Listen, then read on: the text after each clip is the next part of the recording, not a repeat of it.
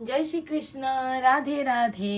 তো আজকে ভেবেছি যে ওর যেহেতু জামা কাপড়টা খোলা রয়েছে, তো ওকে আমি আজকে সুন্দর করে একটু ঠান্ডা ঠান্ডা জল দিয়ে একটু কর্পূর একটু অগরু দিয়ে ওকে সুন্দর করে একটুখানি অভিষেক করিয়ে তারপর জামা প্যান্টটা পরাবো। কিন্তু কাজের প্রচুর চাপে আমি ওকে মানে অভিষেকটা করাতে পারিনি। আমি মানে প্রসাদ টসাদ পেয়ে তারপরে এখানে শুয়েছিলাম, দিয়ে ঘুমিয়েও গেছিলাম। ফট করে ঘুম থেকে উঠে দেখছি ওর ওর দিকেই আমার চোখটা গেছে। তো দেখছি মুখটা না পুরো ভার করে বসে রয়েছে। মানে ওকে আমি মানে স্নান করাবো বলেছি, অথচ ওকে স্নান করায়নি, মানে অভিষেক করায়নি।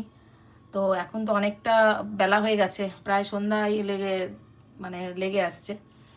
কিন্তু মানে দেখলাম যে না, ওকে একটুখানি মানে দেবী ওর গাটাও হাত দিয়ে দেখলাম বিশাল গরম হয়ে রয়েছে। তো মনে হচ্ছে যেন ওর স্নানের জন্য আর কি ও আমার ওপর রাগ করেছে, ওকে অভিষেক করায়নি বলে। তো ওই জন্য আবার ওকে নিয়ে এই যে রেডি করলাম। এখন ওকে স্নান করিয়ে দিয়ে তারপরে ওর পোশাকটা ওকে পরিয়ে দেবো।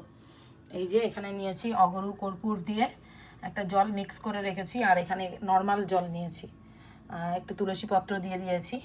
আর যেহেতু কাঠচাপ্পা গাছে যাদের বাড়িতে আছে তারা জানো যে ফুলগুলো সন্ধ্যা হলেই ফুটে যায়। তো আজকে তো যে কটা ফুল ছিল সব তো অভিষেক করিয়ে দিয়েছিলাম। অভিষেক বলছি, শৃঙ্গার করিয়ে দিয়েছিলাম, দিয়ে তারপরে তো ছিল না কিছু। তো আবার ছাদে গিয়ে এখন এই ফুল নিয়ে আসলাম, নিয়ে এসে ওকে একটুখানি শৃঙ্গার করিয়ে দিয়ে এবার ওকে স্নান করাবো। হরি বল।